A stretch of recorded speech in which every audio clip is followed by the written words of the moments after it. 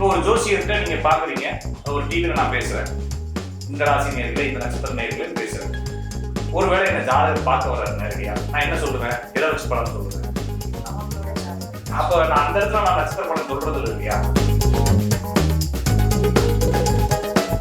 Sir எனக்கு 70 வயசு ஆகுது, என் ஜாதகத்துல ரிஷபத்துல சூரியன் இருக்கு, எனக்கு குழந்தை பிறகுலாம் கேட்கும்.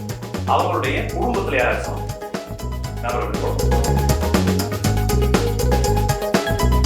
ஒருத்தர் வந்து டிவோர்ஸ் அப்ளை பண்ணியிருக்காரு.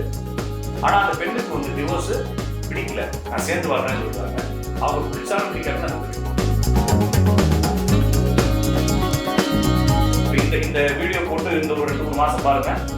இப்போ கரண்டா வந்து நிறைய இடத்துல ஃபயர் ஆகும். எதெல்லாம் நம்ம கையை விட்டு போகணும்னு போராடுறோமோ அதை கொஞ்சம் எஃபோர்ட் பண்ணி ஈஸியா போயிடும். எதெல்லாம் நம்ம கையை விட்டு போகக்கூடாதுன்னு நினைக்கிறோமோ அதுல விடாமடியான்னு ஜெயிக்கணும். அது சாதாரண மனுஷன் கை ரெண்டு தான் மிக முக்கியமான விஷயம். இப்படி டிவோஷன் நேயர்களுக்கு வணக்கம். இன்னைக்கு நம்ம ஷோக்கு ராஜநாடி கா பார்த்திபன் சார் தான் நம்ம ஷோக்கு வந்திருக்காரு. வெல்கம் பண்ணிக்கலாம். வணக்கம். வணக்கம். டிபிடி டிவோஷனல் நேயர்கள் அனைவருக்கும் வணக்கம். ஸோ இப்போ குரோத வருடம் சொல்லிட்டு ராசி பலன் எல்லாருமே சர்ச் பண்ணிட்டு இருக்காங்க சார். ஸோ அதை பத்தின உங்களோட கருத்து என்னது? இந்த ராசி பலன் என்பது உங்களை வந்து ஒரு என்ன பண்றது, ஒரு உங்களை அட்ராக்ட் பண்றது மாதிரி, என்னை நோக்கி இருக்கிறது போல ஏதாவது நல்லது நடந்துடாதான் மக்கள் எதிர்பார்க்கிறாங்க.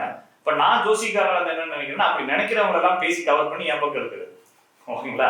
அப்ப அந்த வேலை நம்மளுக்கு வேணாம். அப்ப மக்களுக்கு ஏதாச்சும் ஒரு யூஸ் ஆகிற மாதிரி இந்த சேனல்ல சொல்லணும். இந்த பிரப வருடமோ கிரோத வருடமோ ஏதோ ஒரு வருடம் துவங்கும் போது 2024 துவங்கி இருக்கு. இதெல்லாம் துவங்கும் பொழுது எந்த மாற்றமும் நடக்கிறது இல்லை. ஏதாச்சும் நம்மளா ஏதாச்சும் ஒரு மாத்திக்கணும். எப்ப நடக்குது அப்படின்னா, கிரகங்கள் பெயரும் பொழுது நடக்குது.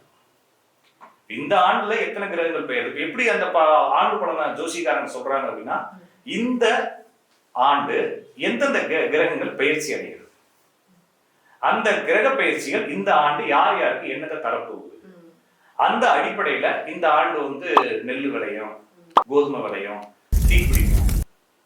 இப்ப இந்த வீடியோ போட்டு இந்த ஒரு 2-3 மாசம் பாருங்க. இப்ப கரண்டா வந்து நிறைய இடங்கள்ல ஃபயர் ஆகும். காரணம் என்ன, கிரக நிலைகள் அப்படி போயிட்டு இருக்கு. அப்ப இந்த கிரக நிலைகள் மாற மாற இந்த வருடம் முழுவதும் எல்லாருக்கும் என்ன இருக்கும், அப்ப ஊழுன்னு ஒண்ணு இருக்கு, வினைன்னு ஒண்ணு இருக்கு. இந்த சூழலுக்குள்ள நம்ம வாழ்றோம், இது பேர் ஊழ். இதுக்குள்ளேயும் உங்களுடைய வாழ்க்கை வேற, என்னுடைய வாழ்க்கை வேற, இது வினை.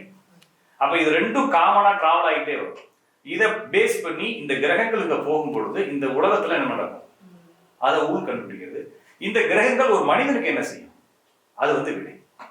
அப்ப ஒவ்வொரு கிரகங்களும் போகக்கூடிய ராசிகள், இப்ப 12 ராசிகள்னு சொல்றோம் இல்லைங்களா, இது என்னன்னா நம்ம பூமி சுற்றி இருக்கக்கூடிய பகுதிகள்.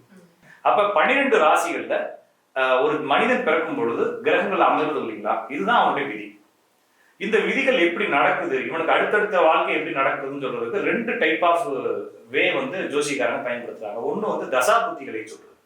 சார் உங்களுக்கு சுக்கிர தசை நடந்துகிட்டு இருக்கு, சூரிய தசை நடந்துகிட்டு இருக்கு, சூரிய தசையுமே வந்து அதை இன்னும் அக்யூரசி பண்றதுக்காக சுக்கிர புத்தி போயிட்டு இருக்கு, அதையும் அக்யூரசி பண்றதுக்காக இந்த அந்தரம் போகுது, இந்த சூட்சமம் போகுதுன்னு சொல்லி பிரான்ச்சா சொல்றாங்க. இது ஒரு டைப் ஆஃப் அஸ்ட்ராலஜி. இது ஒரு வே. இது வந்து தாஜிகம்னு சொல்றாங்க. சமஸ்கிருதத்துல ஓரா தாஜிகம்ன்றதான் ஜாதகம். அப்ப ஓராங்கிறது ஜாதகம், தாஜிகம்ங்கிறது நாளைக்கு என்ன நடக்கும், நாளானைக்கு நடக்கும், அடுத்த வருஷம் நடக்கும்னு சொல்றது தாஜிகம். தாஜிகத்துல தசா புத்தி அப்படிங்கிறது ஒரு சிஸ்டம். இந்த தசா புத்தியிலே வந்து 36 தசா புத்திகள் இருக்கு, அதை விட்டுருவோம். அடுத்து இன்னொரு மெத்தட் வந்து டிரான்சிட் பிளானட்னு சொல்லக்கூடிய நடப்பு கிரகங்கள், கோட்சார கிரகங்கள். இன்னைக்கு பெயருது இல்லைங்களா, அப்ப இந்த ஏப்ரல் மே 1ஆம் தேதி குரு பயிற்சி ஆகுது. அதுக்கடுத்து ஜூலைல வந்து சனி வக்ரம் ஆகுது. அடுத்த ஆண்டு ஒரு 3ஆம் மாசம் ரேஞ்சில ராகு பயிற்சி ஆகுது. இது என்ன செய்யுதுன்னா ஒரு ஜாதகத்தை இயக்குது. அப்ப தசாபுத்திகள் ஒரு பக்கமா இயக்குது, நடப்பு கிரகங்கள் கோட்சார கிரகங்கள் ஒரு பக்கம் இயக்குது. தசாபுத்திகள் நடப்பு கோட்சார கிரகங்களும் ஏறத்தாழ ஒரே சப்ஜெக்ட் தான் சொல்லும்.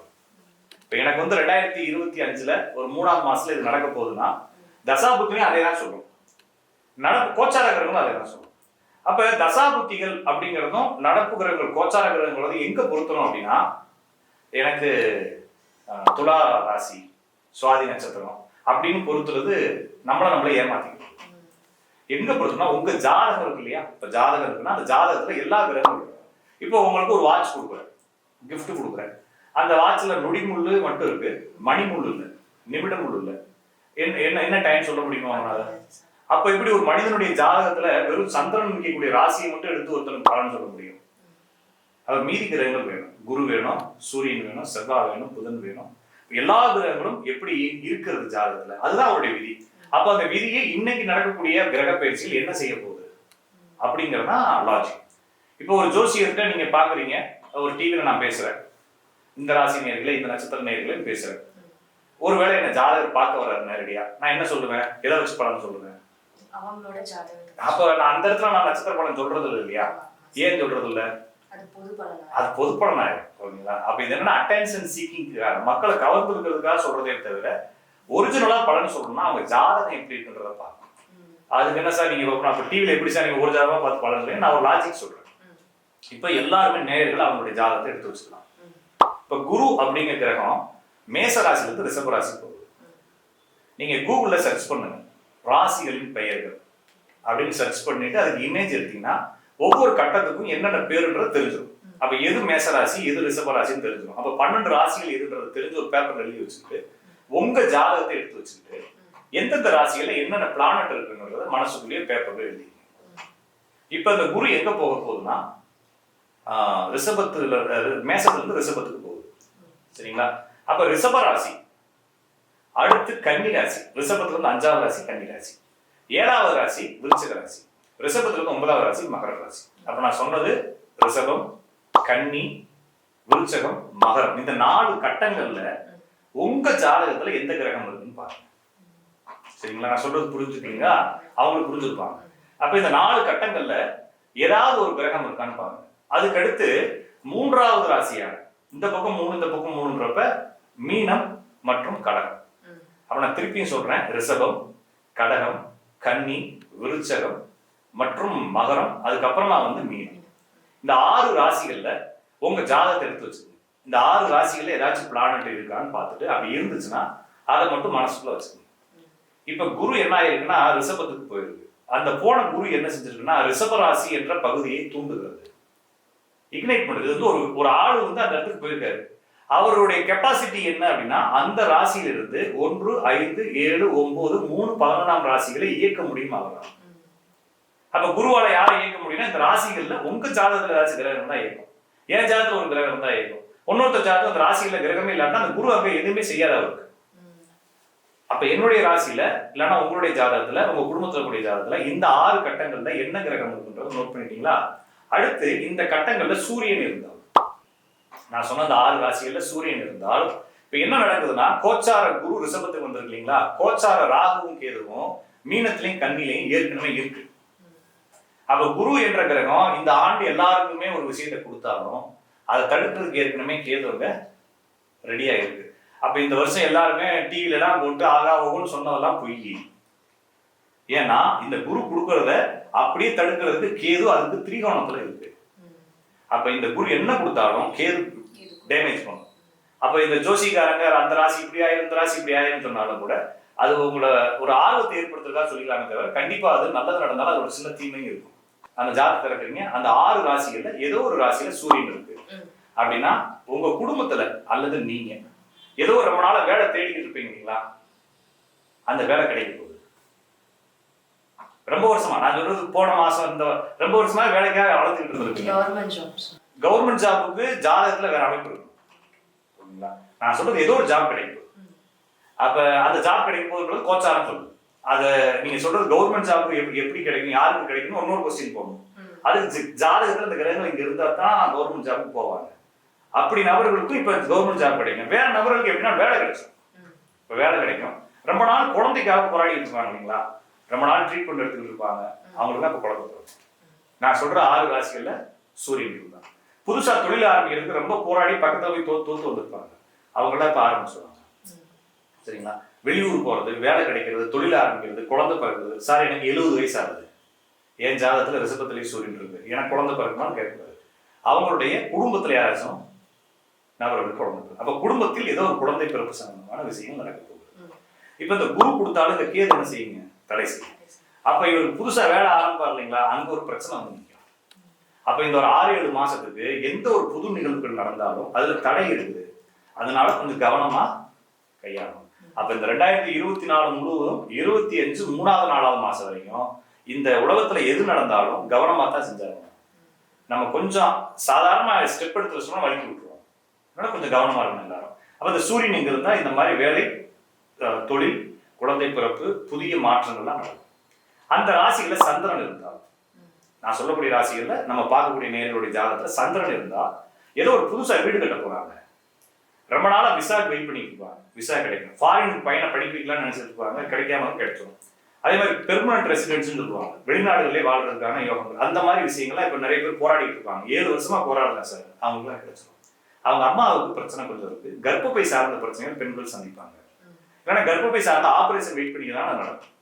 அப்ப இது மாதிரி நல்ல விஷயங்கள் நடக்கும். வீடு கட்டுவாங்க, வாகனங்கள் வாங்குறது, இடமாற்றங்கள் பண்றது, இதெல்லாம் வந்து இந்த பீரியட்ல இந்த சனி சந்திரன் இந்த ராசியில் இருந்தா அது நடக்கும். அடுத்து இந்த இந்த குறிப்பிட்ட ராசிகள்ல புதன் இருந்தா ரொம்ப நாளா பையனை படிக்க வைக்கணும், ஆனா படிப்பு சம்பந்தமா முன்னேற்றணும், நீட் எழுதுறாங்க, அவங்களுக்கு அந்த டயத்துல ஃபுல்லா சக்சஸ் ஆகும். சரிங்களா? அடுத்து லேண்ட் ஒன்று வாங்கணும்னு நினைச்சிருக்கேன் சார், லேண்ட் வாங்குறதுக்கான நேரம். பெண் குழந்தை இல்லைன்னா சகோதரியோட ஏற்பட்ட சண்டைகள், ரொம்ப நாளா இருக்கக்கூடிய பூர்வீக சம்பந்தமான சொத்து தொடர்பான நன்மைகள், இதெல்லாம் நடக்க ஆரம்பிக்கும். வீடு மாற்றம் பண்றதெல்லாம் நடக்கும். தோல் சம்பந்தமான நரம்பு சம்பந்தமான நோய்களுக்கு மருத்துவர்கள் கிடைக்கும். அந்த ராசிகளை நான் சொன்ன 6 ராசிகள்ல சுக்கிரன் இருந்தால் ரொம்ப நாளா வர வேண்டிய பணம், நிலுவையிலேயே இருந்த பணங்கள்லாம் வரும். அவங்க குடும்பத்துல ஒரு பெரிய சுப நிகழ்ச்சி, கல்யாணம் நடக்கும். குறிப்பா ரொம்ப வருஷமா போராடிட்டு இருக்க கல்யாணங்கள் இப்ப நடக்கும். நான் சொன்ன 6 ராசியில சுக்கிரன் இருக்கான். பணம் வந்து சேரும், ஆடம்பர பொருள்கள் சேரும், வண்டி வாகனங்கள் சேரும், செல்வங்கள் வந்து சேரும், இதெல்லாம் நடக்கும். நான் சொன்ன ராசிகள செவ்வாய் இருந்தா ரொம்ப நாளா உடம்பு பிரச்சனை அவங்க குடும்பத்துல ஒருத்தருக்கு இருந்துகிட்டே இருக்கும். எந்த ஆஸ்பத்திரிக்கு போனாலும் எதுவுமே இல்லைன்னு சொல்லுவாங்க, ஆனா இவர் வலிக்குதுன்னு சொல்லிட்டு இருக்காரு. அந்த மாதிரி பிரச்சனைகள்லாம் முடிவுக்கு வந்துடும். கடன் ரொம்ப பிரச்சனைகளை கடன்ல மாட்டிக்கிட்டு இருந்து எப்படி மீண்டு போறோம்னு தெரியாம ஆள் எஸ்கேப்டா இருப்பாங்க. அவங்களுக்கு தான் இப்ப கடன் சரியாக ஆரம்பிக்கும். ரொம்ப நாள் ஒரு தொழிலை ஆரம்பிக்கலாம்னு நினைப்பாங்க, ஃபண்டு கிரியேட் ஆகாம இருக்கும், இப்ப ஃபண்டு வர ஆரம்பிக்கும். நண்பர்கள் நிறைய பேர் உதவி செய்வாங்க. குறிப்பா பெண்களுக்கு கணவன் வந்து என்ன இந்த ஆளோட இப்பதான் வாழ்றதுன்னு நினைச்சிட்டு இருக்கோம், திடீர்னு கணவன் நல்லவரா மாறிடுவார். அப்ப அந்த விஷயங்கள் நடக்கும். அதுக்கப்புறம் இந்த ராசிகள்ல குரு இருந்தா காதல் பிரச்சனைகள்ல யாராச்சும் பிரச்சனை ஆயிருக்குன்னா அவங்க ஓடி போயிடுவாங்க நிறைய பேர். சரிங்களா? அதே மாதிரி அவமானங்கள் நகல்றதுக்கு ஒரு வாய்ப்பு இருக்கு. குழந்தை பிறப்பு, நிறைய பேர் குழந்தை பிறப்பு இல்லாம ட்ரீட்மெண்ட் எடுத்துருப்பாங்க, IVF, IOF, அந்த மாதிரி விஷயங்கள்லாம் குழந்தை பிறப்பு என்ன அவமானங்கள். அதே மாதிரி அந்த ராசிகள்ல சனி இருந்தா தொழில் ரீதியாக நடந்த போராட்டங்கள், பூர்வீக சொத்துக்கள் சம்பந்தமாக நடந்த போராட்டங்கள், இதெல்லாம் சரியாக ஆரம்பிக்கும். முன்னோர்களால் அல்லது பூர்வீகத்தில் இருக்கக்கூடிய தாத்தா பாட்டிகளால் ஏதாவது ஒரு பெரிய உதவிகள் இந்த ஜாதகத்துக்கு கிடைக்கும். இந்த ஜாதகத்துல இந்த ராசியில ராகுக்கு எது இருந்தா ஏதோ ஒரு பெரிய போன வருஷம் பிரச்சனை வச்சுங்க, அது இன்னும் இருக்கும், இந்த வருஷம் விடாதுன்னு அர்த்தம். ஆனா இப்ப நம்ம சொன்னது எல்லா கிரகங்களையும் சொல்லிட்டோம். இந்த எல்லா கிரகங்களும் இதெல்லாம் நடக்கும்னு சொன்னாலும் கூட இப்ப இருக்கக்கூடிய குருவும் கேதுவும் என்ன செய்யுதுன்னா எல்லாமே நடுநாட்களாக இருந்த பிரச்சனை. சார் எனக்கு வந்து ஒரு 7 வருஷமா கேஸ் நடக்குது, எதுவுமே முடியல. அதே மாதிரி ரொம்ப வருஷமா எனக்கும் என் ஒய்ஃபுக்கும் டிவோர்ஸ் கேஸ் போயிட்டு இருக்கு, அதுவும் முடியல. ரொம்ப வருஷமா எங்களுக்கு வர வேண்டிய சொத்து வரவே இல்லை, போராடிக்கிட்டே இருக்கிறோம். எங்க தாத்தா தரைங்கிறாரு, எங்க அப்பா, இப்படியே வந்து ஒரு 5 வருஷம் 6 வருஷம் இழுத்துக்கிட்டே இருந்த பிரச்சனைகள் இப்ப முடியும் எல்லாரும். அது எந்த ராசியில எந்த கிரகம் இருந்தாலும் இந்த ஆண்டு இது மாதிரி ரொம்ப இழுத்துக்கிட்டு இருந்த பிரச்சனைகள்லாம் முடியும். இதுல என்னன்னா ஒரு உறவை வெட்டிட்டு முடியும். இப்போ ஒருத்தர் வந்து ஒரு லேடி வந்து மெயின்டெனன்ஸ் கேஸ் போட்டிருக்காங்க, கணவன் டிவோர்ஸும் ஆயிரும், மெயின்டெனன்ஸ் காசும். அப்ப ஒரு பக்கம் கெயின் வரும், ஆனா ஒரு உறவு கட்டாகும். அந்த விஷயங்கள் இந்த இடத்துல நடக்கும் அப்படின்றப்ப இது எல்லாத்துக்கும் நடக்கும். அப்ப நம்ம சொல்லக்கூடியது இங்க வெறும் ராசிக்கு மட்டும் நம்ம பலன் சொல்றோம். ஒரு ஜாதகத்துல எல்லா கிரகத்துக்கும் பலன் சொல்லிருக்கோம். நான் சொன்ன பலன்களை எல்லா ஜாதகத்தோடய பொருத்தி பாருங்க. அப்ப நான் சொன்ன 6 ராசிகள் இருக்கு இல்லைங்களா, அது இல்லாத இன்னொரு 6 ராசிகள் இருக்கு இல்லையா, அது அவங்களுக்கு எல்லாம் என்ன சார் நடக்கும் அப்படின்னு கேட்டீங்கன்னா, இந்த சனி வந்து கும்பத்துல இருக்கு. அந்த மீதி 6 ராசியில சனி தான் வேலை பார்த்துட்டு இருக்கு, அது கண்டிப்பாக நன்மையவே செய்யும். அப்ப இந்த 6 ராசிகள்ல பிரச்சனை ஜாதகங்கள்ல கிரகங்கள் இருக்கு, அந்த ஒரு 1.5 வருஷம் போராட்டத்தோட இருந்த நன்மை. அப்ப இத்தனை போன ஒரு 6-7 மாசமா இவங்க போராடிட்டு இருப்பாங்க. நம்ம சொன்ன 6 ராசிக்காக நிறைய போராட்டங்கள் இருந்திருப்பாங்க. நான் என்ன கிரகங்கள் சொன்னா அந்த கிரகங்கள் சார்ந்த போராட்டங்கள் இருந்திருக்கும். இந்த குரு மேலே என்ன செய்யுதுன்னா அந்த போராட்டங்களை சரி செய்யுது. அப்போ ஓரளவுக்கு பெனிஃபிட். இந்த மீதி 6 ராசிகள் இருந்த கிரகங்கள் எல்லாமே இந்த சனியால் ஏற்கனவே சரி பண்ணப்பட்டு.